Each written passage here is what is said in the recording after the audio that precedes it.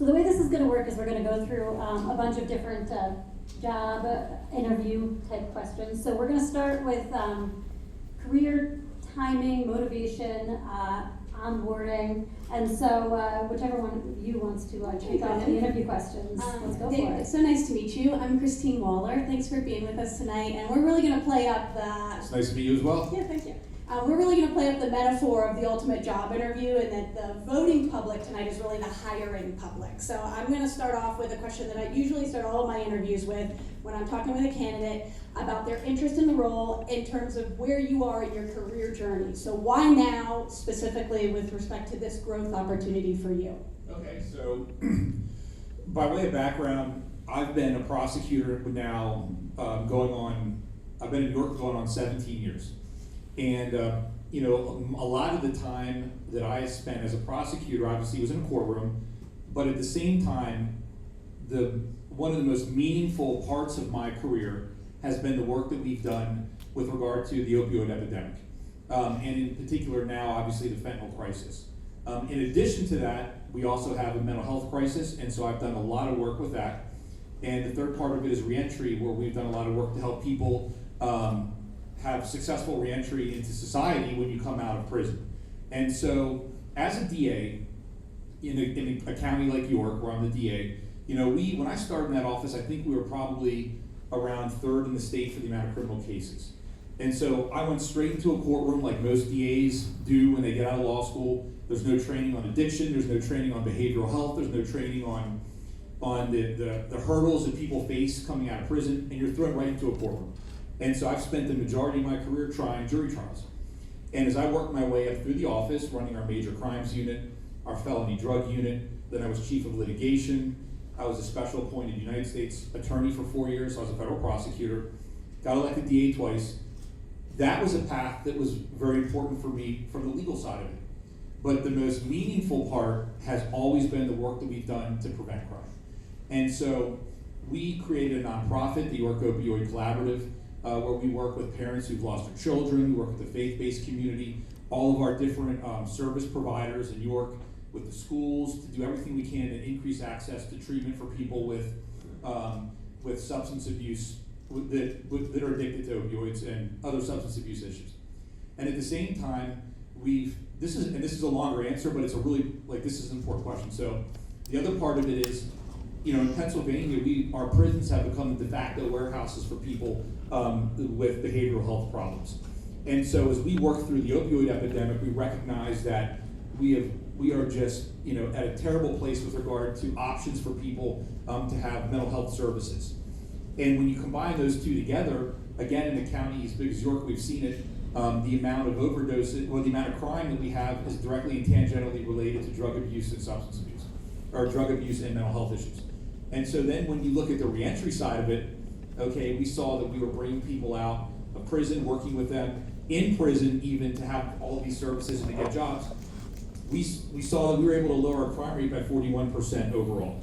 And that process for me of going through the policy side of it and seeing the impact of lowering crime on our community, and in particular, not just with lowering crime, so our prison population dropped by around half during that time period.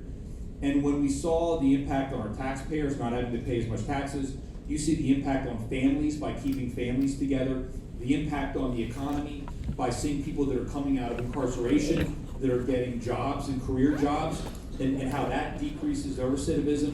And you just see the overall amazing impact on our community.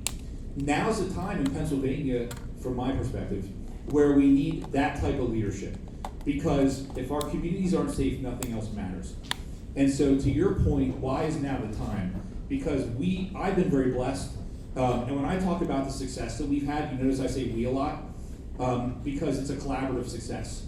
And I feel right now in Pennsylvania, we need those type of successful collaborative outcomes, especially when it comes to the behavioral health crisis, when it comes to substance abuse, and also we have a lot of incarcerated people in Pennsylvania. And 95% of everyone that goes into prison, they're going to come back out to society.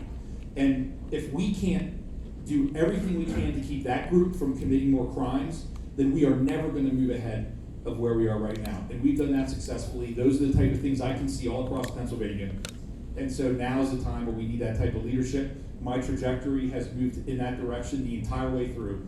From the very, starting in a courtroom, learning how to do the basics, through first-degree murder jury trials and financial jury trials, elder abuse jury trials, just all of it, to running, one of the largest district attorney's offices in Pennsylvania and having those successful policy outcomes.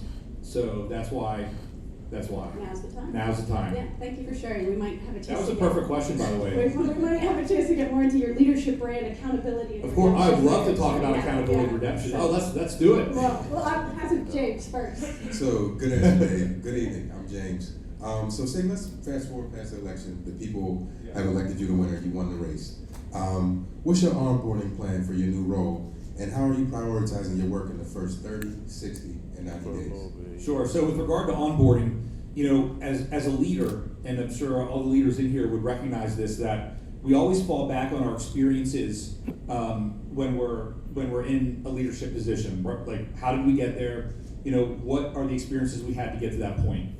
And so, for me, all the positive outcomes we've had have been based on collaborative partnerships in our community. And as an elected DA who works with the Attorney General's office all the time, I know that that's an area where I think the Attorney General can be a leader. And so one of the very first things, for example, when I think about the people that have really helped formulate where my criminal justice policies, especially of accountability and redemption, have come into play, it's been through places like I worked at UPS for 8 years. And so when I got home from the Navy, I didn't have a job and I didn't have a college degree. And so I started working at UPS. And I did that all through college, and I also worked there all through law school. And that time at UPS, I worked with a lot of really hardworking people, and that played a role in who I became as a leader, right? My military service has. And so to that point, one of the very first things that I want to do is identify stakeholders all throughout Pennsylvania. And so right now, when I think about my job as elected DA, as a top prosecutor, I spend a tremendous amount of time in my community and I've learned so much from all these different people, from our Bar Foundation, the Bar Association, all the way through the Black Ministers Association, through the different, all the different groups in our community. And so that's what I want to do as Attorney General, where I understand, because it's easy to make decisions from on high, but it's better for the community when you do it with the community. And so step one is going to be identify places where I can go, people I can meet with that I would have never met in any other circumstance, to talk to them about their world. The second part is, when you talk about these offices, the goal is to always build upon what has come before you. Okay? The goal isn't to just, break something down. That's not the reality of the world. And I know there are tons of really thoughtful, intelligent lawyers that are in the Attorney General's office. And so I would look forward to obviously collaborating with them. And I think step one is making sure that they understand that we're a team, that we are all in it together, that we're going to collaborate together as a team, and that, because this goes back to my military service, but I view my success as the success of the people that work in our organization. Like, they're more important than the boss, period. The people that go in every day and do the hard work, the people that go into courtrooms every day and have to go in front of judges. It's an adversarial system, so they have to litigate with defense attorneys. They have really, really hard jobs. And so I think number one is I'm with you, and I want you to thrive and be successful. And then so I guess that would be kind of on day one. So what did you say, 30, 60, 90? We could keep going for a while. 30, 60, I don't want to do 90. that to you. So, but what I'll say initially is it's making sure the organization understands what my mission is, making sure they understand what the expectations are, making sure they understand that we're a team and everybody works together.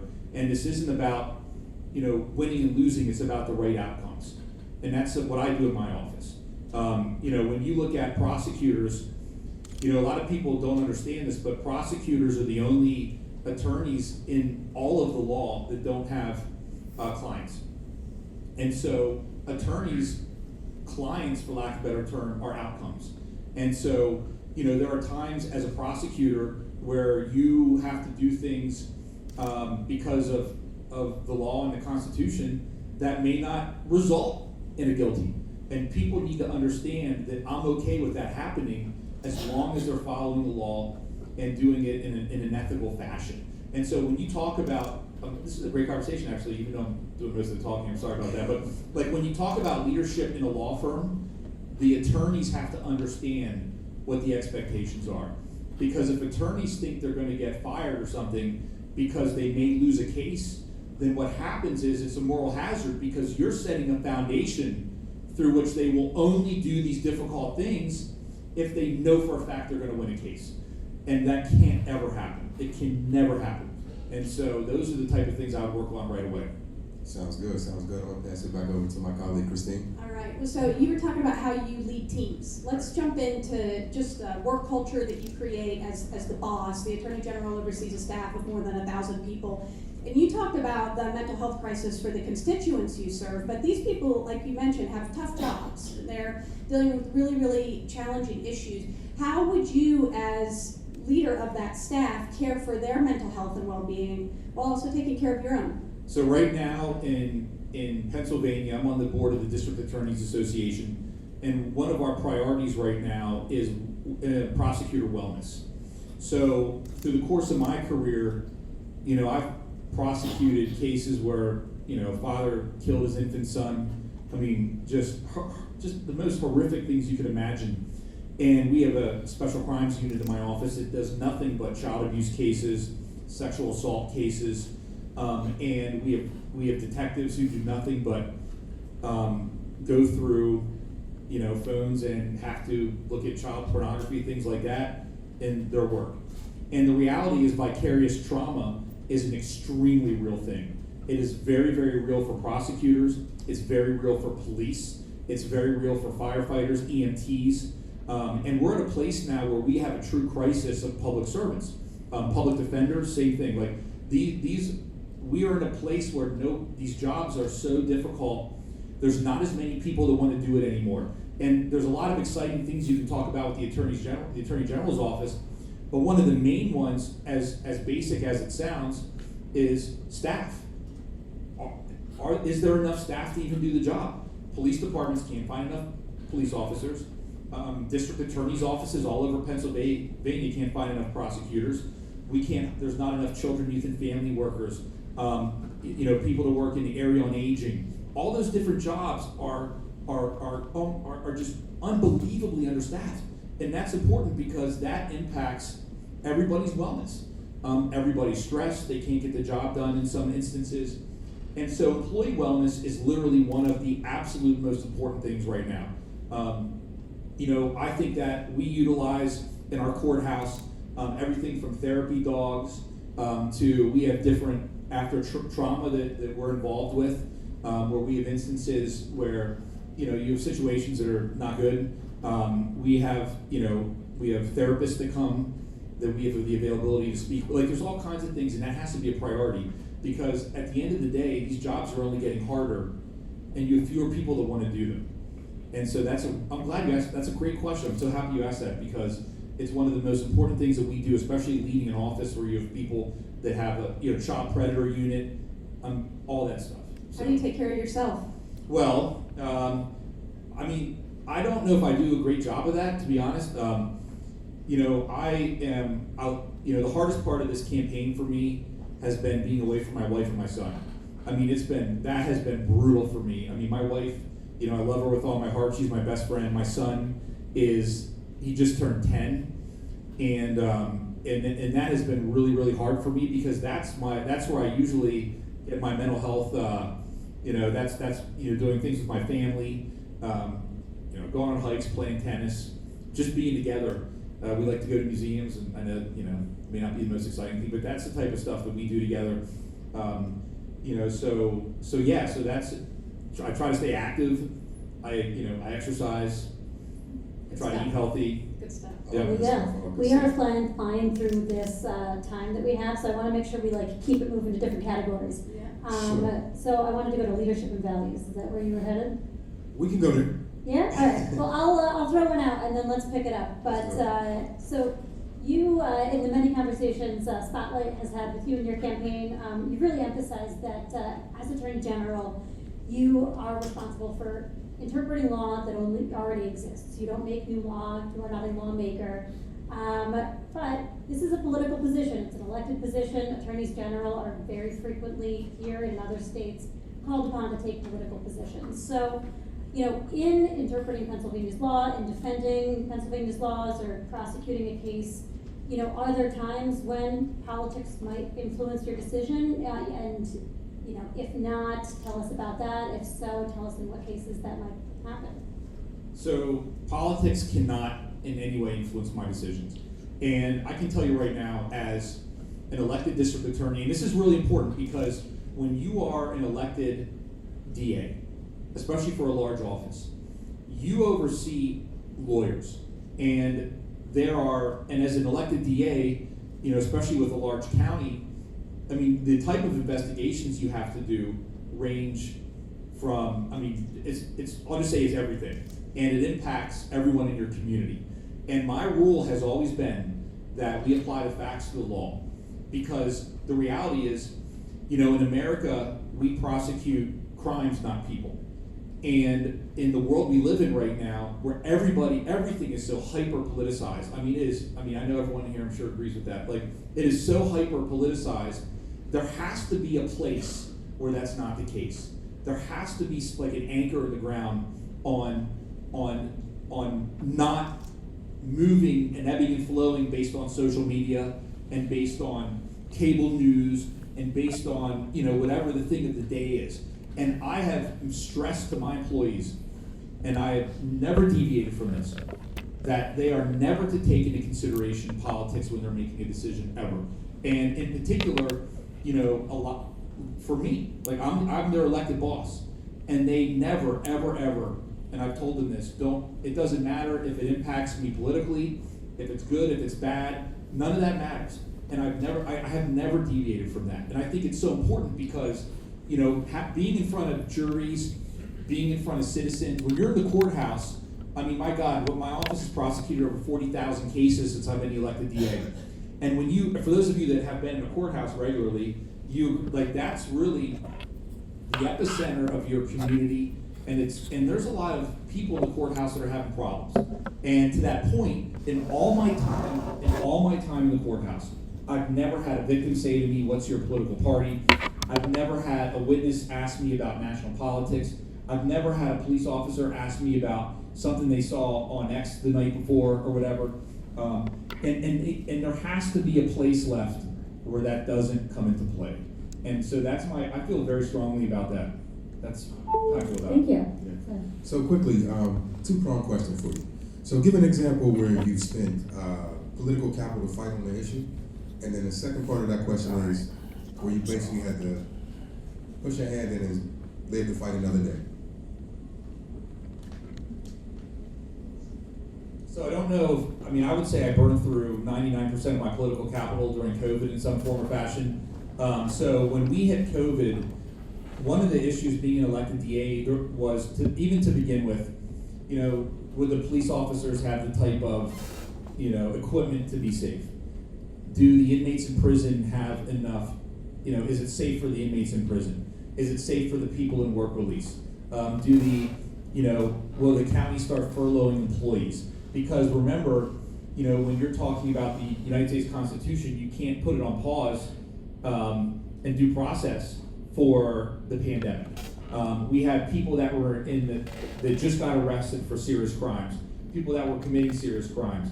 There are children who were in schools, and especially, I'm a big proponent of early childhood education, high quality pre-K, because of the connection between that clearly and our crime rates and everything that comes with it. And one of the issues obviously was you have children that we knew of, juveniles, who the only love they got in the world was in school. And they were left to their own devices, and we knew what was happening. We had domestic violence victims who were stuck at home with their abusers. We had people that, were thinking about, they would have got a PFA or something of that nature, that were stuck at home with these people. And it really got to a point where there were so many competing interests that I just was like, we're done, let's do this. And so everything from, we shut down our work release center to allow low-level offenders to go home. I spend a lot of political capital doing everything in my power to keep my employees from being furloughed, to the point where, I working at UPS and being in the Navy for 4 years, I'm very familiar with shift work, and I had attorneys working shift work to be able to keep us in a position where people, could continue to be employed for their children. We had to make a lot of tough decisions during that time period with regard to cases, because we didn't want, for example, a rapist to be released because of the speedy trial rules. We didn't want someone who committed murder to be released, and so we had to do everything we could to keep these cases going. And so, I decided that we were going to keep working during that time period. And because at the end of the day, I knew that when it was over and we look back on it, you can't just say, well, all these people's rights were violated, because, and you guys are safe. And so we kept going to the courthouse every day. We stayed open, we had hearings. Now they were, our courtrooms look like plexiglass mazes, by the way, where people kind of walk into it even at some points. And so I burned through a lot of political capital during that. I burned through a lot of political capital to get, so my employees at my office are union employees, and I have burned through tremendous amount of political capital to increase their salaries. The prosecutors, the staff, the administrative staff, my county detectives, and they're really important parts of the criminal justice system in your counties. I've burned through tons of political capital working with the union to increase their salaries and also have longevity built into their contracts that never existed before. And that was something unique to York, and it was something that I felt was so important that, that I did. There's a lot of, I can keep going, but No, I appreciate it. I think we have time for one or two more. We got started a little bit late. Yeah, sounds good. Let's talk about a missed opportunity in your public career that still haunts you.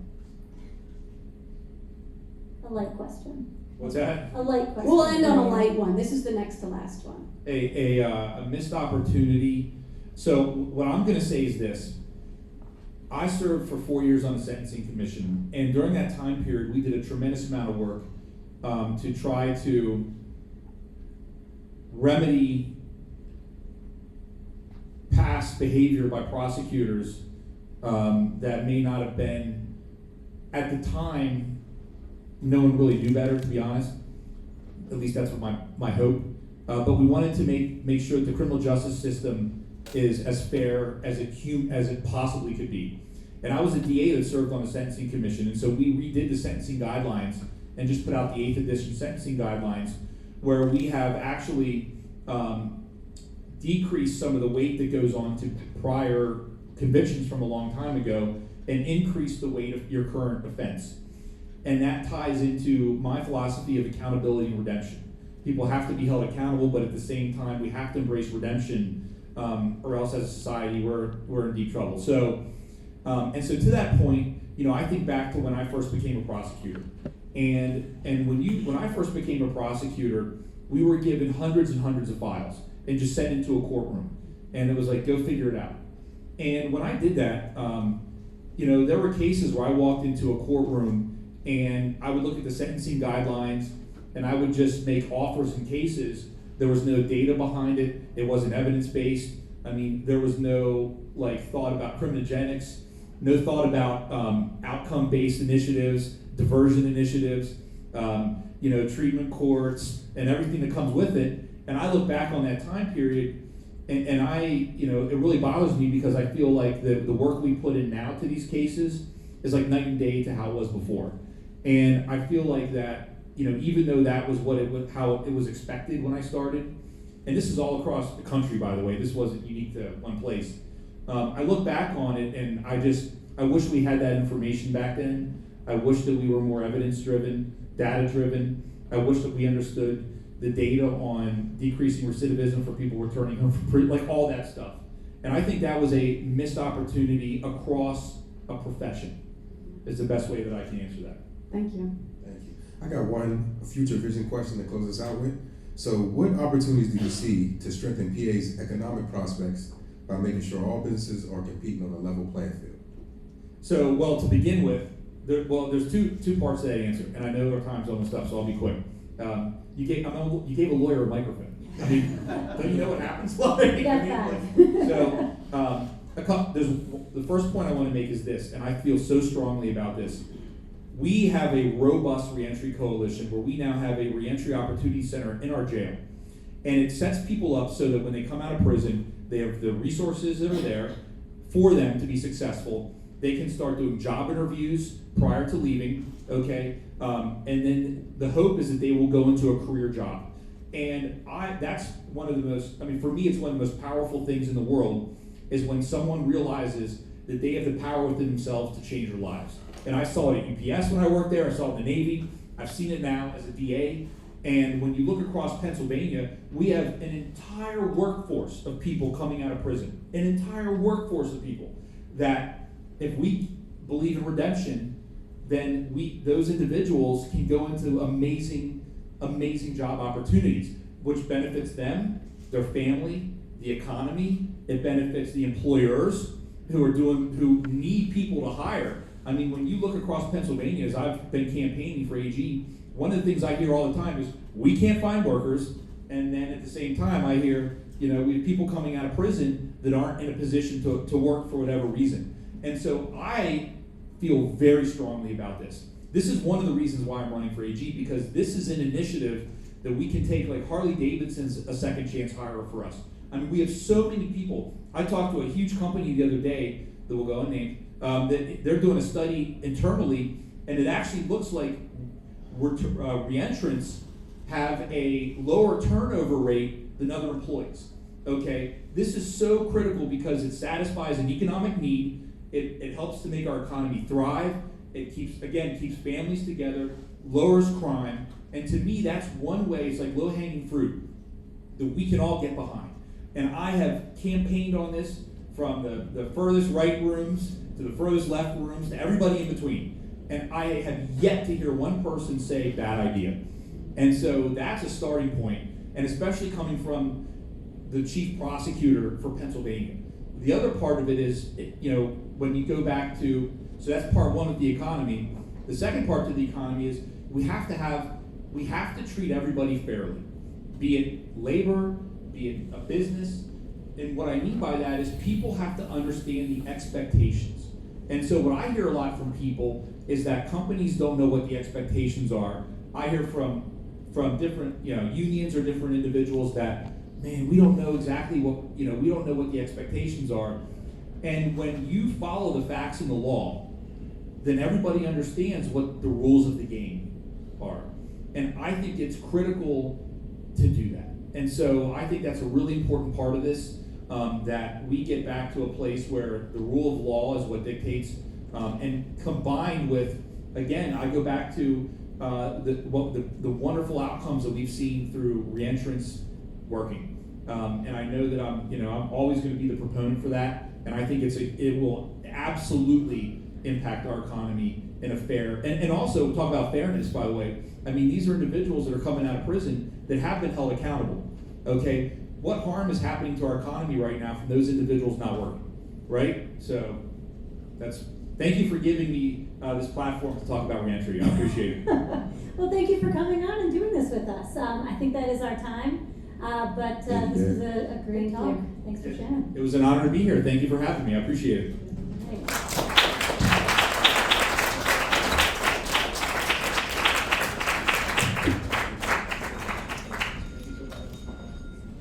All right. So next up is Eugene DePasquale. And I believe he's coming in right now. Welcome. Thanks for being here. All right, so we will start off with the same softball question for you, and I think it'll be an easy one. Yeah, you can hold it. You're a Pittsburgh guy. Yes. What is your favorite thing about Pittsburgh? Well, I mean, the Pirates, for when it's whether they're good or bad, PNC Park, Pirates, that's the thing about Pittsburgh, but one of these decades, we're actually going to be competitive. It's never good when you're measuring it in decades. But yeah, there you go, beautiful park. Well, thank you for being here. Do you guys want to kick it off? All right, fabulous. Okay, James and I are going to be your HR interviewers tonight. We're taking the metaphor of the ultimate job interview very seriously. Here you have your hiring public. Thank you for being here tonight. And I'm going to kick it off with a question about why this job, why right now in your career trajectory, why this growth opportunity? So I was, and I joke and say this, but there's an element of truth, that I was living my best life. I was out of public life for the first time in 14 years. I was making money in my private law practice, teaching at Pitt, doing a night law class at Widener, and was able to travel, do that stuff that I had not been able to do. And then I started thinking 2024 is going to be such a critical election for the future of this country that we all had to do our part. And this is something I could do. I could run and I could be the Attorney General. And like the Philadelphia Inquirer said when they endorsed me in the primary, particularly in these partisan polarized times, we need an Attorney General who's not a partisan warrior. And I believe my track record in public life has shown that with his, first of all, my running a complicated state agency, my investigation found 3,000 untested rape kits, now having the legislature today, in bipartisan fashion, pass a law making sure that that never happens again. My investigation found 58,000 unanswered phone calls to the child abuse hotline, cracking down on school districts where waste, whether it was a Republican-controlled school district or Democratic, rooting out corruption, and I was tough and fair on a Republican governor and tough and fair on a Democratic governor. And I think those are the traits. Look, it's eventually going to be up to them and up to the voters, but I believe having already run a complicated state agency, running tough statewide investigations, and a record of holding bad actors accountable no matter who they are, particularly in these partisan polarized times, is exactly what Pennsylvania needs as Attorney General. Thank you. Thank you, Eugene. Pleasure to meet you. I'm James. Let's just fast forward past the election and imagine that you won the race, like you're the winner. What's your onboarding plan for your new role, and how are you prioritizing your work in the first 30, 60, and 90 days? So for starters, you've got to immediately hit the ground running with a transition. You've got to be ready. Maybe you sleep in the next morning, maybe, and that's a maybe. But it is a 1,000 person agency, over $150 million budget, and you've got to be prepared on day one. What likely would be the first order of business is, and regardless of who wins the election, there will be election lawsuits. You've got to be prepared to defend the state and prepared to defend the voters, to make sure whoever the voters wanted to win Pennsylvania is the one that has the court decisions go their way. So that would literally be job one, and that onboarding starts literally right after the election, making sure you have the key staff in place and making sure that I'm fully briefed by the incumbent Attorney General on where we exactly are with those lawsuits already on day one. And then from there, it's really the top three priorities. It's community safety, it's consumer protection, and reproductive freedom. On community safety, establishing working relationships with all DAs across the state, all chiefs of police across the state, and mayors across the state. That's number one.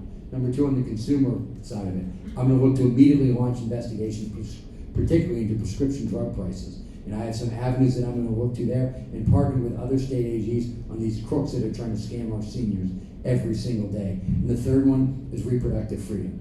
I've talked about this before.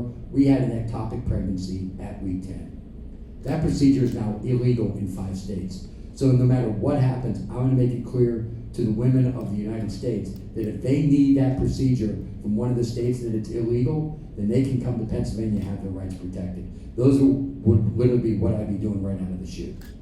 Sounds good, sounds good. I'm going to pass it back over to my colleague, Christine. All right, we're going to talk a little bit about how you manage talent in the office of the AG, thinking about the next generation of people who might want to compete for the job you're competing for. What community groups are you a part of to broaden the talent pipeline for Pennsylvania's future AG? So whether it's some of the neighborhood groups across Philadelphia and Pittsburgh, whether it's organized labor, whether it's the criminal defense bar, and yes, people that have worked in U.S. attorneys' offices and have been in DA's offices, I've been networking with all of those across the state. Look, my first goal is to win the election, but there is a talent pool that comes with that I would immediately work to tap into. And my management style really is, there's sort of 3 tiers to this. Number one is, you got to make sure your inner circle are people that share your vision, but have different ways of getting there. I've had this rule in the offices that I've run before, which is when the door is closed before a decision is made, we can fight and kick and scream, do what we gotta do. I wanna hear different points of view. I want people to push me. If I have a perspective, I wanna be pushed. But once we make that decision, whether it's something I advocated for or someone else, once I say, okay, that's what we're doing, that's what the decision, we're gonna go out there and fight like the Dickens to try to get. So getting that inner core. Then in the portions of the department where they're gonna have retirements, we've gotta make sure that we have a streamline of how we can go out and get the talent to fill those key spots, whether it's former U.S. attorney offices, former district attorney staff, or people that are in the private sector that want to, even if they're making more money in the private sector, want that challenge, they want to buy into that. So you've got to do that as well. And third, you've got to make sure that it reflects what looks like Pennsylvania. I believe in not only diversity of opinion, but also it's got to look like Pennsylvania. I want a staff that is diverse in color, in orientation, and gender. I've always had a female chief of staff. I bumped up by 33% the number of people of color that were bureau directors when I was auditor general, and when I was in the state house, I was the first York County legislator that had a bilingual district office. Now that is much more common today. That's the type of thing I also want to make sure we're doing, because I want to make sure we have diversity of thought and diversity of backgrounds and diversity of how people look and are. Thank you for sharing. We have a number of questions on leadership and values that we might jump to up to you if you want to stick with workplace or. Yeah, no, leadership and values. You had mentioned before the issue of abortion, which I think has been on a lot of voters' minds this election season. And I think that kind of dovetails nicely with one of the questions that we're asking tonight, which is just that, the Attorney General interprets existing law, but A, it's a political position, and B, interpreting law, sometimes there's not one interpretation. So I do want to ask about your approach to that. What's your interpretation where you would be trying to protect the right to life in Pennsylvania, protecting the right to having an abortion in Pennsylvania, good Lord. And, tell me a little bit about that. How do you think about those things? So I've made it clear, and I'm doing this on the campaign so the voters are fully aware. I've made it clear that I'll never prosecute a woman for having an abortion, no matter what happens with Project 2025, hopefully it doesn't happen, whether there's some effort to change the law in Pennsylvania, I'll never prosecute a woman for having an abortion or a doctor that performs one. And I'm making sure that the voters know that going in there, that if you want an attorney general that's going to do that, you're going to need a different one because it's not going to be me. One area that specifically relates to interpretation, because where the comma is can matter, and that is when you're talking about, particularly on the word emergency that exists in Medicare law, when it comes to a later term abortion. I'm going to make it clear that if the doctor and the woman view it as necessary to save the life of the mother, that is something that I do not want to get this between the decision of the woman and the doctor. So I will err on the side of the medical decision there as opposed to what the political reality might be. And to be clear too, so abortion is legal in right. Pennsylvania. So we're talking about a scenario in which, for instance, maybe the legislature decided to restrict it. That's right, because you have a one-vote Democratic House right now, and there are legislators that want to pass a constitutional amendment banning it in Pennsylvania. Mm-hmm. All right. I mean, sorry, just to go one step deeper on that, have you ever had to enforce a law that you didn't agree with personally? Oh, there were times where, particularly as Auditor General, there were things that, because that's what, I want to be clear about this. There are the vast majority of times, particularly I've made it clear on capital punishment, where I have deep concerns about capital punishment. But at the end of the day, there are laws where it is required, and my team would be forced to do that. But when it comes to prosecutorial discretion, I've made it clear on abortion, that's where I will exercise it. Thank you. So let me ask you this, Eugene.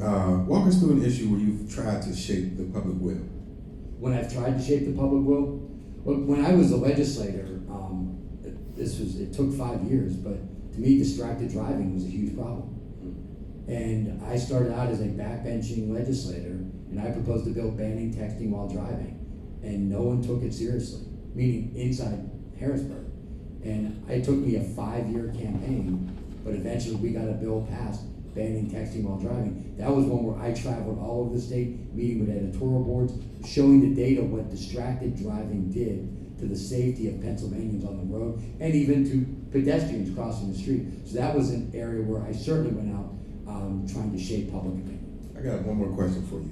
What missed opportunities in your public career still haunt you? Missed opportunities.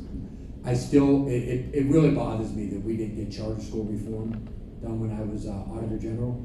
And so I advocate, by the way, there are good charters, there are bad, just like there's good traditional public and bad. But I thought Pennsylvania's charter school law, not the charter schools, but the charter school law was the worst in the country. It rewarded bad actors and punished good actors. And I know legislators agree with me, but I just didn't do enough to get it done, and that still bothers me.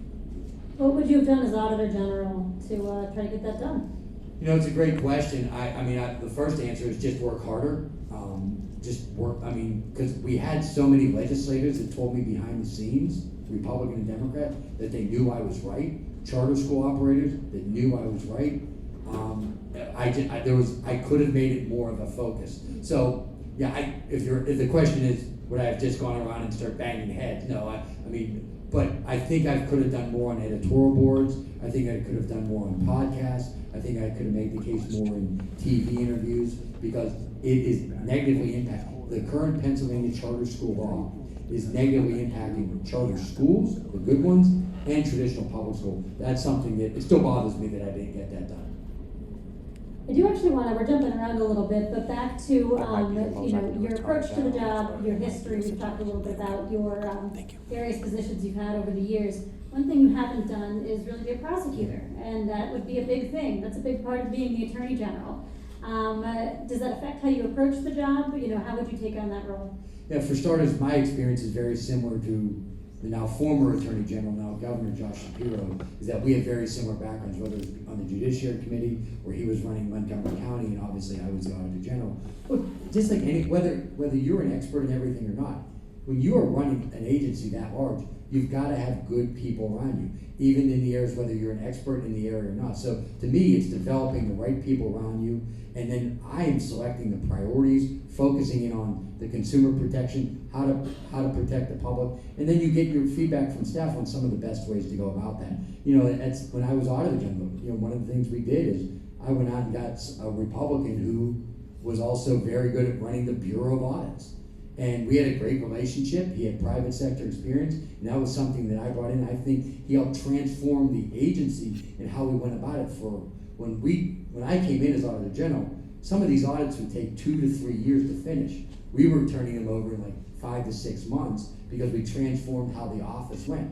I'm not, without having a transition, I don't know if we can do the exact same thing in the Attorney General's office. But to me, it's not just about winning these battles legally, but also making sure the office is running as well as possible, that I, as the Attorney General, are getting the necessary information I need, and also making sure that we have a way that decisions I make and the decisions the department make, that decision filters out as efficiently as possible to the staff.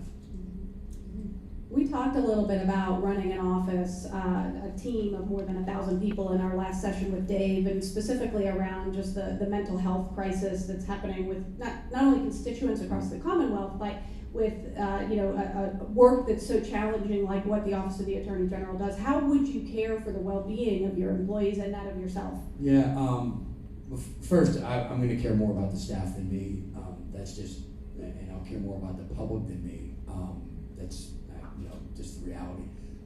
When it comes to the staff, I've always been, if somebody says, hey, I need a break, whatever that is, they're going to get it. When I was Auditor General, even when the decision-making public sector union is not mandatory, I sent a letter to all the staff saying I prefer you stay in the union, even if that would be better for me as a manager, but I thought it was better for staff, healthcare benefits, mental health, all those reasons, pension, etc., for them to stay in the union. Not meaning the Union of the United States, but ASME in the department. And when it comes to the public at large, and this includes the staff, when I was Auditor General and following the horrific shooting at Stoneman Douglas, Governor Wolf and I led the school safety task force. And I went to every single corner of the state, meeting with schools and particularly students in those schools. It did not matter if we were in red America, blue America, or purple. They had different views on guns, I'm going to admit. They had different views on climate change. Every single kid in those school districts, every single one said they need more mental health help. Every single kid.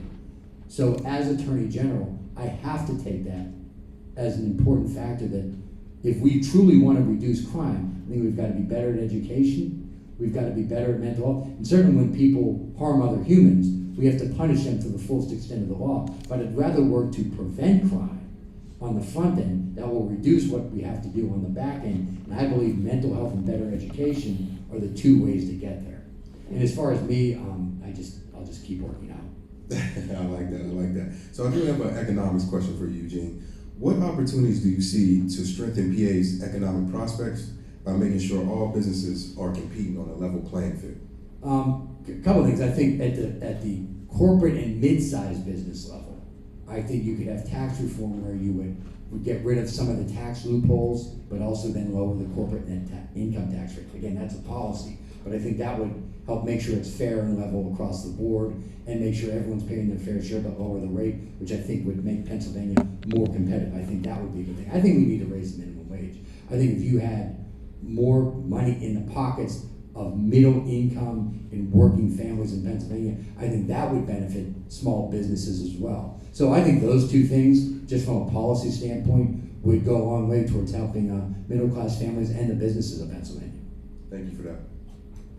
You've been in politics for a while, and I do want to know, I mean, has there been a time in your career where you feel like you've burned political capital to get an issue done? The first time I really thought that way was my first day as a legislator, when I became the first legislator to put my expenses online. As my joke goes, I made 13 million people happy, slightly, and 202 people mad, meaning the House of Representatives. I learned a lesson that way, both good and bad. The good was that, eventually people just move on, but I could have gone about that better. I could have given colleagues a heads up. I could have gone out and said, look, I'm going to do this. I made a commitment. But before you see this in the editorial pages that I'm, doing this great thing, I just want to let you know so you're not blindsided by this. You can do both. You can do what you believe is right, even if it's going to make your colleagues unhappy, and at the same token, do it in a respectful way that they're not getting blindsided. That was something I learned literally from day one. So I'd like to think I've gotten better since then. Certainly when it came to political capital, I could have done more on the charter school stuff. Again, could have done more. I do know that the work we did on the rape kits, I think was, I put a lot of political capital into that, and if that ended up burning political capital, so be it. The result was worth it. We got rapists off the street. We got a new law as of today, and we're never going to go back on having those untested rape kits again. Yeah, just to clarify on that for anybody who's not familiar, so when you were or Auditor General, there was a pretty significant backlog of It's over untested 3,000, rape kits. Yep.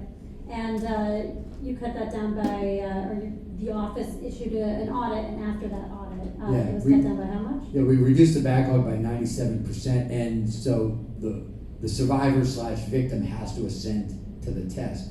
And there were a handful of instances where they chose not to, and so that's why it didn't get to 100%. You certainly have to respect that decision, so every now and then, but I'll never forget, there was a couple, about a year ago now, and I was at, one of these political events, and there was just, I don't want to give the guy's name, but he comes up and he said, "You're the only Democrat I'm going to vote for." Of course, I wasn't the nominee yet, so there was no guarantee he was going to have that opportunity, and he just said, my daughter was one of those rape kids. Yeah. And just to stay with the political capital question, I asked you if you burned any at any point. Is there a time you can think of when you decided not to burn political capital when you could have? For good or for bad, and people that have covered me before, you probably look and say, "Oh, he's doing it again." I err on the side of pushing the envelope as opposed to tapping the brakes. So I don't remember any time that I said, "Oh, I'm not going to go there because of politics." I maybe have gotten better at phrasing things as I am now a couple years older, but I don't remember a specific time where I said, "I'm not going to go there because of politics." I actually believe that if you keep doing what you believe is right, of course within the framework of the law and the duties of the office, I think the politics works itself out over the long run. So I know the near-term priority is winning the office of AG, but long-term, where are you in your career journey? Like, what's next after that? What's in the horizon beyond? I keep saying this, and people keep laughing, so I'm going to take it that they think it's funny, but if the Pirates need a center fielder 8 years after I'm Attorney General, I will certainly be willing. Now, as someone that played Division III baseball when I was 21, I will recognize that the chances of that are slightly close to zero. So beyond that, look, if I win Attorney General and I get to do that job for 4 or 8 years, it will be a tremendous opportunity, and hopefully people will look back on that and say, I was one of the best Attorney Generals this country's ever had, and the people of Pennsylvania are better off for having served. What happens at the age of, what would be around 60 years old after that? God only knows, but hopefully I'm still doing Ironman races. Thank you. Sounds good. I think we have time for maybe one more, and I want to kind of bring it back to the beginning, just talking about, what a transition into office would look like for you. We have in Pennsylvania, it's the only borough office where this is the case, but we've had Democratic attorneys general for a long time. Are there any big changes that you would make going into office? Anything that you think isn't happening now or needs to happen more, or should stop happening? There's 2 areas in specific that I think need to be addressed. One is particularly on prescription drugs and pharmacy benefit managers. Those middle people between big pharma and your neighborhood pharmacists and some of the bigger retail agencies. I'm very concerned about how they are operating. That's an area where I'm immediately going to look to address. You think they're breaking the law in some way? I don't want to say that until we have a thorough investigation, but that is something that I would investigate immediately. Second, I'm very concerned about social media's impact on the mental health of our young people. And that is an area that I would look to immediately address as well. Again, don't want to say they're doing anything right or wrong, but those are 2 areas that I don't believe are being addressed that I would look to begin to address on day one. All right, final questions from either of you? So, I do have one final question. Name a time when you more or less failed forward. Failed forward. And I think by that means, No. yeah. How, what were you going to say? Grew through a challenge. So, sometimes I joke and say that my kids will laugh that all of life is a sports analogy, but we ended up winning a state championship football my senior year at Central Catholic, and I ended up playing in college and had a great experience. What most people aren't aware is I got cut as a freshman, and I think getting kicked in the teeth, not literally, but getting kicked in the teeth that way forced me to, because I tied Dan Marino's elementary school touchdown pass record. And I know that sounds ridiculous because our careers diverged pretty quickly afterwards. But I went into high school without knowing how much better I had to get. Had no idea. And that forced me to get in the weight room, to start taking my film series, doing all the stuff you have to do to get better. And I think it was one of the best things that ever happened to me. Was getting cut, because it forced me to change my approach to getting ready both physically and mentally. Because maybe if you're 6'5" and 240 and you just wing the ball around the moon, you don't need to worry about that when you're a teenager. But I clearly did, and getting cut as a freshman made it so that I was still playing when I was a senior in college. Yeah, it definitely shows some level of resilience. Mm-hmm. Good to hear. All right. Well, I think that might do it for us today. Any final thoughts? No? All right. Gene, Well, thank you so much. Thank you so much for Wonderful. that. Really appreciate it. Thank you.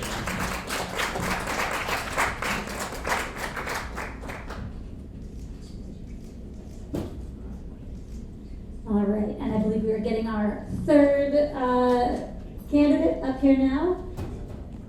There we go. This is Eric Settle of the Forward Party. Now, welcome, Eric. Thank you so much for being here. We really appreciate it. And so I do want to start off this conversation with a little bit of background on the Forward Party. Sure. But actually, before that, I'll give you our customary question to start this off at this point. What is your favorite thing about Pittsburgh? So my favorite part of Pittsburgh is we have family here, and when my kids were younger, we used to go to Kennywood. And Kennywood is, for those of you who don't know, is this classic amusement park here in the Pittsburgh area. And I don't remember the name of the roller coaster, but one of the roller coasters that's set in the hillside. With roller coasters, tick, tick, tick, tick, tick, tick, tick, tick, tick, and then you're coming down. There's one part of that one where literally it's built into the hill and just drops away. So Kennywood is my favorite part of Pittsburgh. Kennywood, there we go. So you are an attorney, you worked under Governor Tom Ridge, and you are running, again, as a third-party candidate the Forward Party. Tell me a little bit about the Forward Party, because it's also Pennsylvania's newest third party, I believe. Yes, so the Forward Party was started by Andrew Yang and Christine Todd Whitman, former governor of New Jersey, to create a party that tries to solve problems from the middle. We have all this polarization in politics these days, and the thought is that we have to solve our problems, and we're not going to solve them on either end. So the Forward Party is not about particular platforms, other than some ideas about pro-democracy. So open primaries, ranked choice voting, independent redistricting commissions, to increase people's opportunity to participate in government. But as it relates to particular positions, the Forward Party says each candidate should decide for themselves what's the middle for each of their various states. It's a national party, but I was asked to help. We're trying to establish it here in Pennsylvania. And the other part of the Forward Party's mission this year that I do think is interesting is that candidates run in elections to win, but the Forward Party also has a separate goal, which is a big part of the whole thing this year. Can you tell me about that? Yeah, so for us, in each state has a different requirement as to how to get a party established as a permanent minority political party. So for the Forward Party in Pennsylvania, you have to get 2% of the vote in 10 separate counties. So that's the sub goal. Goal 1 is to be an independent attorney general for Pennsylvania. Goal 2 is, if I can't achieve that, to get at least 2% in 10 counties, so then the party is established for future candidates. There you go. All right, so with that context, onto the job Let's interview. jump right in. Yeah, so we've been using the metaphor of the HR interview tonight, and here you have your voting public, which is also the hiring public. So the big question, why? What's your personal motivation in doing this, with that background about the Forward Party? Right, so obviously, when the Forward Party approached me to do this, I thought it was a great opportunity to try to give back to my community. I've been very lucky in my career that over the course of my career, I've had the opportunity. I worked for Tom Ridge when he was governor. I was in charge of healthcare and environmental. I served as the lead lobbyist for Autism Speaks to get a major piece of legislation done, Act 62, that requires insurance companies to pay for services for kids with autism. So I've had those moments in my life where I've been able to make a difference in the lives of Pennsylvanians. And so this was one of those moments. But it was also a moment that I had waited for a long time. I actually, when I came out of the governor's office, I was going to run for Congress in southeastern Pennsylvania, and was then the 13th congressional district. And I began the process of running for Congress. And then one day, I was at my then 7-year-old son's soccer game. And I thought, if I'm running for Congress, I'll be at everybody else's kid's soccer game but my own kid. And so I made a promise to myself that for the next 20 years, I would develop my career, save money, pay for retirement, pay for college, and if the opportunity presented itself, I would then come back into public service. And when that moment happened, the Republican Party that I'd been a part of for so long had morphed into the party of Trump. And the party made me both uncomfortable and frankly unelectable. And so I thought that my opportunity was gone. Sometimes you put dreams on hold and they're gone forever. But when this opportunity came along, I thought, here was my second chance to try to give back to Pennsylvania. Thank you for sharing. So let's fast forward past the election and imagine that the people have elected you the winner. What's your onboarding plan for your new role, and how are you prioritizing your work in the first 30, 60, and 90 days? Well, it would be exciting for me. I had to get to Harrisburg, having done it for time with Governor Ridge. So here's how the first thing I would do, since I do not have a background in criminal law, my first act would be to find a first deputy who's an experienced prosecutor. So that's sort of day one. Day two is, because it'll be January 17th, and because it's very likely that there will still be election contests going on, my job as an independent attorney general will be to step in immediately to make sure that those litigation are moving forward appropriately. So that's sort of kind of day 1 through 30. I also need to get to know the staff. It's a large agency. When I was deputy general counsel, I had 150 lawyers reporting to me. So one of the things you have to do in the first 30 days is get out and talk to your section chiefs. And frankly, one of the things I was very good at when I was in the governor's office is I got into the agencies. I spent time with the lawyers at DPW and at Health and at DCNR and at DEP, and getting to know them, what the issues they were dealing with, but also having them to get to know me so they can understand what their new leader was all about. So that would be, 30 and 60 days. And then 90 days, we start to focus on some of the things that are important. Keeping Pennsylvania safe. We will hopefully have protected democracy at that point. And then for me also, because of my background in healthcare, I want to start to look at the issues of nonprofit hospitals being acquired by for-profit hospitals. I'm very concerned about what's going on in Pennsylvania, and although I know the attorney generals in the past have tried, they don't have the same experience I did in healthcare that would make it better. So for example, those deals are unlikely to be avoided in many places because some hospitals just need that private entity to come along. But in order for them to do it, they need approval from the Attorney General because the AG oversees charitable assets. So I would work very hard to make sure that we have very detailed consent orders that would protect both access to health care throughout Pennsylvania, but also Pennsylvania jobs. All right. And so I do want to ask, have you run an agency that's that large before? What's your experience in the past managing people? Well, so for example, I have, I guess the biggest would be when I was Deputy General Counsel of the Governor, where I had 6 chief counsels and 150 or so staff counsels. So I've helped run an organization, not quite as big as the Attorney General's office, but I've had the opportunity to work with lawyers who frankly at that time had more experience than me. One of the things that I've learned throughout my career is you have to be respectful of people's abilities. And as a leader, your job is to lead, but also to let them kind of do their jobs. And so I've had that experience. I was the president of a major synagogue, so I led that staff. I have been general counsel of a couple of companies. My departments were much smaller, but I think the concepts of leadership apply regardless of how big the organization is. Yeah, absolutely.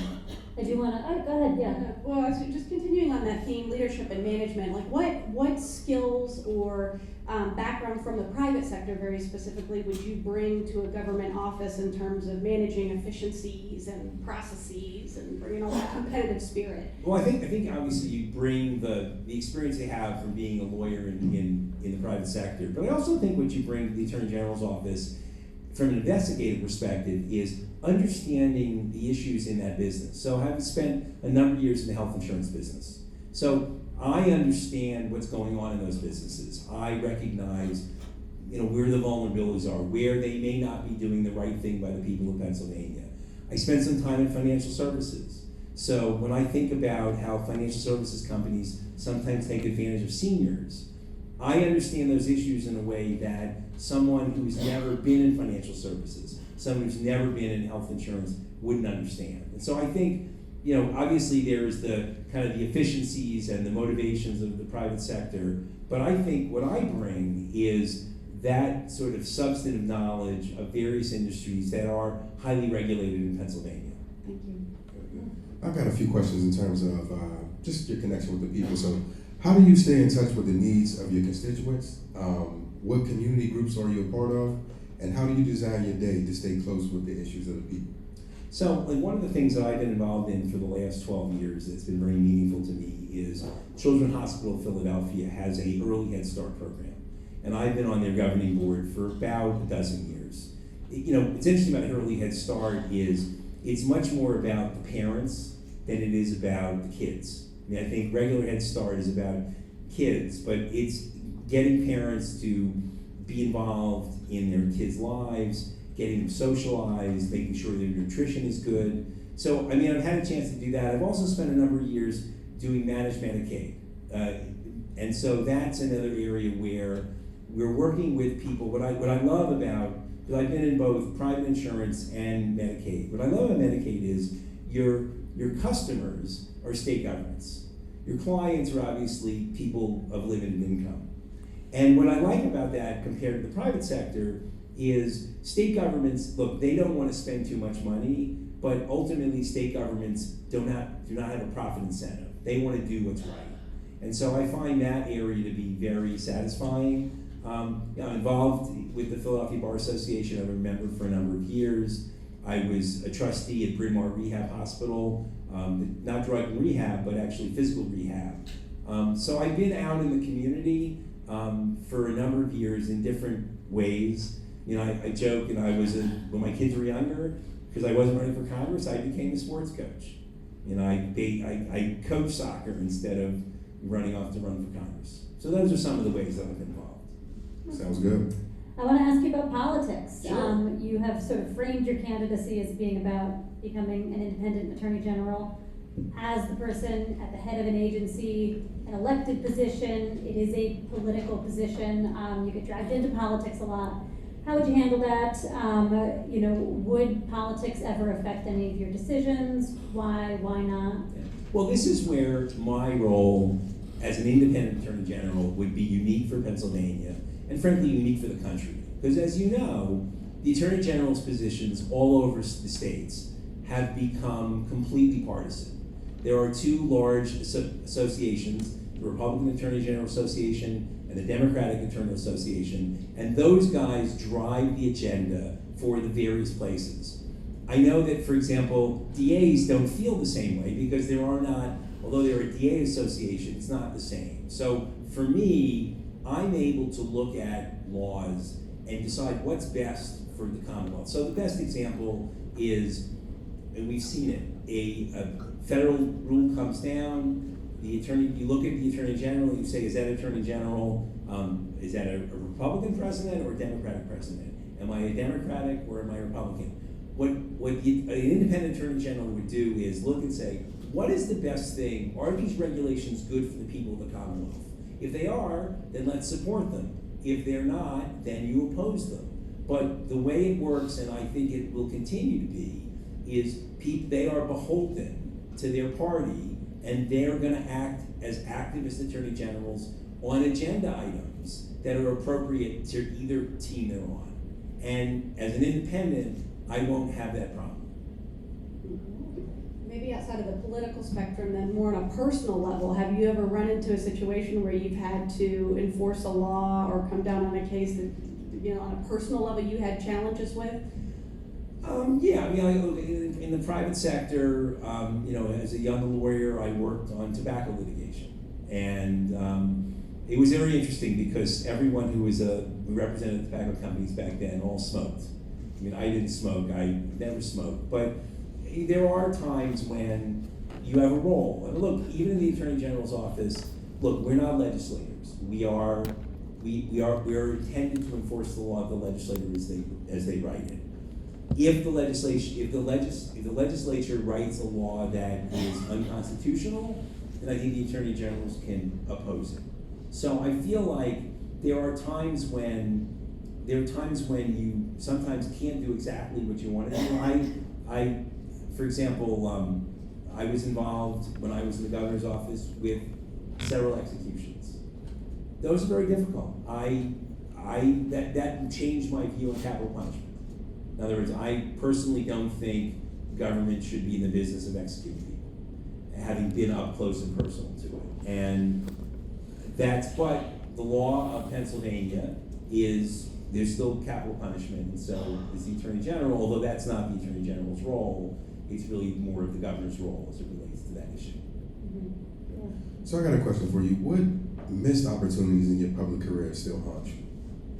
So I was thinking about that question. I think that I wish I had done this sooner. As much as one son grew up to be a wonderful lawyer and the other one is a cancer biology scientist, so I made the right decision to let my kids grow up.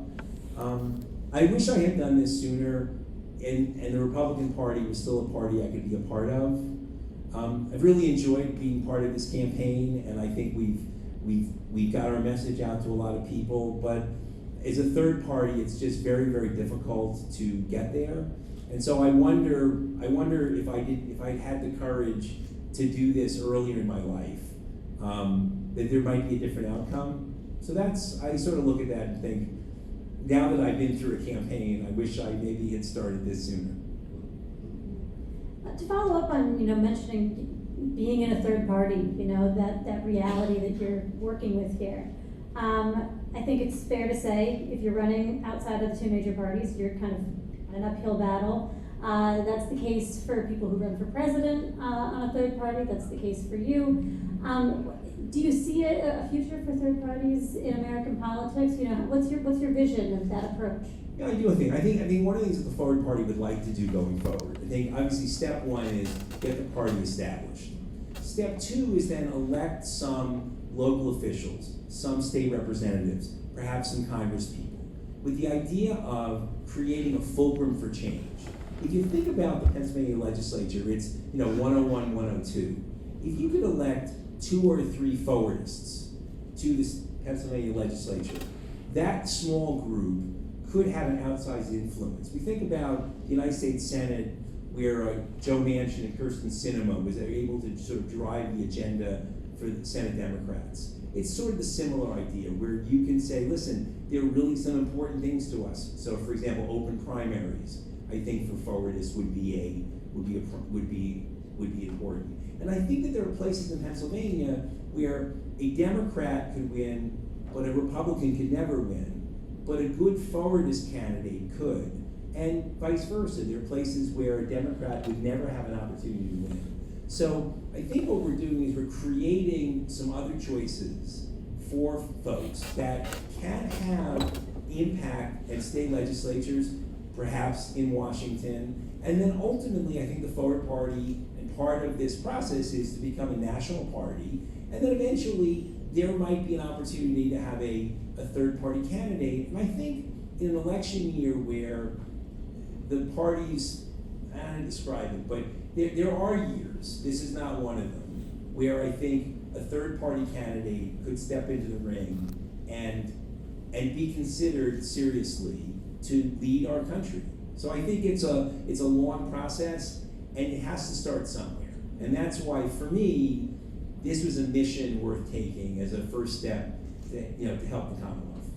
I mean, outside of the institution of a two-party system, like where are you experiencing the biggest barriers in getting the word out about this mission that you're describing? Well, it's hard. It's interesting. Like in terms of raising money. So the problem is that though we've been able to raise money from friends and family and other people who are very interested, I've been very lucky that Andrew Yang, one of our co-founders, did a blog post that was entitled Eric Settle in Pennsylvania, and the subplot was, who's Eric Settle and why do we care?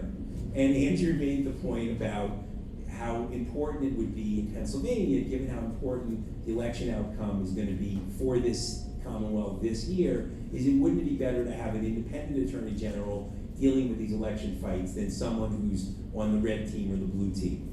And with that, my phone started blowing up with small contributions from people all over the country who had seen his blog post. So that was great, but the problem is that institutionally, in this race, the Attorney General's race is, in our Commonwealth, kind of the pre-governor's race. So interests line up on either side, and with the hope that they would have a friendly Attorney General, and the hopes that they would have a future governor. And that's the problem. And I know, having been involved in Republican politics and frankly been involved at high levels on the Democratic side, all those people who are deeply embedded in their parties, they don't want to come anywhere near me. A managing partner of a major law firm says, look, I love you, I love what you're doing, but we can't give money to third parties. So the problem, that's getting the message out. But the other thing that's nice about politics these days is social media. There are ways to get the message out. And by the way, I'm very appreciative of you including me tonight.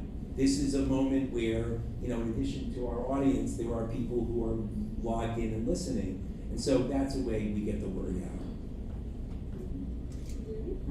Well, I did want to mention, you mentioned just the kind of the powers that be in American politics right now. A lot of it has to do with money. You mentioned the Republican and Democratic Attorney Generals Associations, both of which have spent, say, many millions of dollars on this race. Is that a factor in your sort of vision of politics? Do you think that the financial component needs to change, the amount of money that campaigns take in Yeah, I think it's ridiculous, the amount of money in politics. And, obviously all of us who live in the Commonwealth of Pennsylvania, we are completely inundated, with the, and you just think there's gotta be a better way. I mean, in some ways, what this presidential campaign shows us that a candidate can start in June or July and be a viable candidate in October and November. So maybe we don't need to run for president for 2 years, but it's crazy. I mean, it really is crazy. And it's interesting though. Like I know that some states have public funding, and one of the states that I had gotten to know was Minnesota. And because of public funding of campaigns in Minnesota, they elected Jesse Ventura as their governor about 15, 20 years ago. So I don't know the right answer, but I think we have to find a way. I think money shouldn't drive politics as much as it does. Not a Jesse Ventura guy, huh? It's actually, the story goes is I met the guy who had been elected Attorney General in Minnesota. I was trying to hire him when I was in the private sector to do a project, and I said, "Well, I have you." I said, "Like, what happened in Minnesota? Like, what?" And he explained it was because of public funding, and they did 10 debates. There you go. And if you do 10 debates, eventually you'll say enough stupid things. I think we have time for a couple more questions. I've got one. This is sort of an unconventional HR interview question, but I'm curious if you would share a word about the other candidates in this race. What do you admire about them? What challenges do you see? Yeah, so look, I think that they are both honorable public servants. One of the things one of the hostilities I've gotten on the campaign trail is you're going to be a spoiler. And one of the things I've said to those people is, look, if I don't win, either of these gentlemen are good people. Obviously, DePasquale ran a state agency. He's never been a prosecutor, but neither have I. I don't think that's disqualifying. Dave has a great record as York DA. I think they both be good. I think they both, I think they're both decent. And so what I like to say is to the folks who would support me to make that point about having an independent attorney general is if somehow your second choice doesn't win, either of them are good people. Thank you. I do have an economic question for you. So, what opportunities do you see to strengthen PA's economic prospects by making sure all businesses are competing on a level playing field? Well, it's interesting. So the DA doesn't really have a lot to do with economic policy, but not the DA, the AG. But I do think that the AG can play a role in consumer protection to make sure that businesses are acting appropriately. I think in the pharmaceutical industry, I think there are some issues there. I think in the health insurance industry, there are issues there. I think that there are opportunities in housing to make sure that landlords are acting appropriately. Because in the consumer protection powers of the Attorney General, I think there's a way to kind of make the playing field more level. But it's not a huge, it's not a huge part of the office. But I think that, as I said, for me, my biggest goal as Attorney General would be to help sort of these rural hospitals and these smaller hospitals be protected against, or if not protected against, these raiding for-profit entities to make sure that jobs are protected, and access. Yeah. I'll wrap it up then with a question about the future. In 5 to 10 years, where do you see yourself, and also where do you see the Forward Party? Well, so the Forward Party, I would hope that 5 to 10 years from now, the Forward Party is a national party that attracts both Republicans and Democrats. I don't know what the Republican Party is going to look like in the post-Trump world. I hope that the party does achieve the goals that we hope, which is to be able to be that fulcrum. For me, I don't know. That's one of those interesting questions. I joke, 10 years from now, perhaps I'll be in Boca. But I don't know. I'd like to obviously stay involved. This has been a lot of fun for me, and it's very meaningful. As I said, one of my regrets is I didn't do this 20 years ago, but who knows? Look, our outgoing president is 81, so I have a little runway left to go. Next stop, the presidency. All right. Well, Eric Settle, it's been so lovely having you tonight. And thanks to all of our Attorney General candidates who took time out of their very busy schedules to be job interviewed with us. I really appreciate it. We all do. Thank you. Thank you so much for having us here. For Spotlight PA and on behalf of our co-host, Philadelphia Citizen, I want to thank everyone for coming tonight, for joining us on the live stream, and for everyone who will do this later. Elevating discussions that are substantive and outside of the partisan back and forth, and helping us really get to know the people who are running for the offices that are going to have so much power over our lives is really fundamental to the mission of Spotlight PA, and I know the Philadelphia Citizen too, and our other media partners here in Pittsburgh. So I want to thank you for that opportunity, and we're so proud and happy to be able to do it here in Pittsburgh. So with that, we'll invite the candidates up one more time. I think if they're all still here, we have Eric and Dave Sunday and Eugene DePasquale. Perhaps, yeah, there he is. So just one last round of applause for the candidates. Again, thank you for engaging in a substantive